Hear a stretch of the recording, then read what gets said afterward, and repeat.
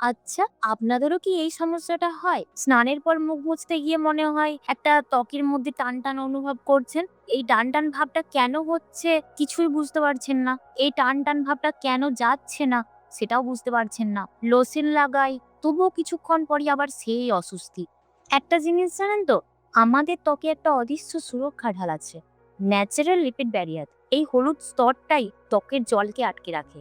ঠান্ডা হাওয়া বা এসির শুষ্কতায় এই ঢাল দুর্বল হয়। সালফারেট যুক্ত ক্লিনজার এই ব্যারিয়ারকে সরাসরি ক্ষতি করে। আর গরম জলে স্নান করলে তো কোনো কথাই হবে না। সেটা প্রতিদিন এই স্তরটাকে গলিয়ে দেয়।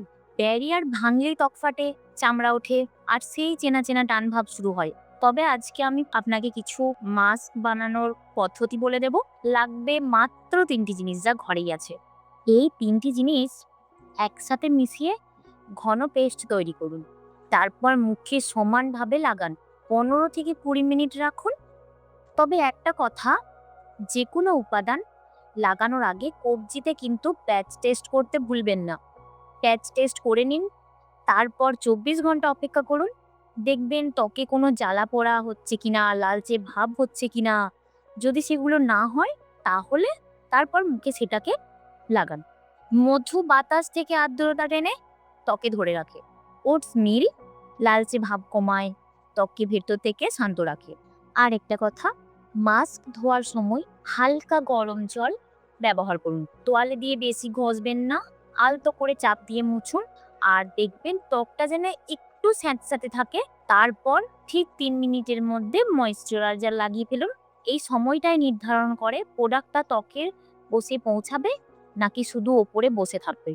প্রোডাক্ট কেনার সময় ২ টি উপাদান দেখুন। এই ২ টি উপাদান ভাঙা ব্যারিয়ারের মেরামত করে ত্বককে ভেতর থেকে হাইড্রেটেড রাখে।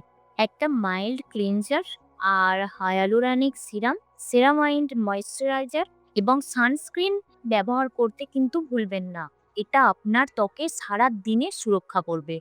রাতে মুখ ধোয়ার পর ৩ ভাগ গোলাপ জলের সাথে ১ ভাগ গ্লিসারিন মিশিয়ে লাগান, অথবা সরাসরি অ্যালোভেরা জেল, তারপর একটা ভালো নাইট ক্রিম দিয়ে ত্বকটাকে সিল করুন। বাইরে থেকে যতই ভালো রুটিন মানো, শরীরে জলের ঘাটতি থাকলে কোনো প্রোডাক্টই ঠিকমতো কাজ করবে না। তাহলে প্রতিদিন ৮ থেকে ১০ গ্লাস জল খান। এটাই আপনার ত্বকের সেরা সিরাম। ত্বকের যত্ন নেওয়া মানে আসলেই নিজেকে ভালোবাসা। আজই শুরু করুন, ১ম সপ্তাহে পার্থক্য নিজেই বুঝতে পারবেন। আর সুস্থ থাকুন, নিজের ত্বকের যত্ন নিয়ে। আর ভিডিওটি ভালো লাগলে বন্ধুদের সাথে শেয়ার করুন আর চ্যানেলটা সাবস্ক্রাইব করতে ভুলবেন না।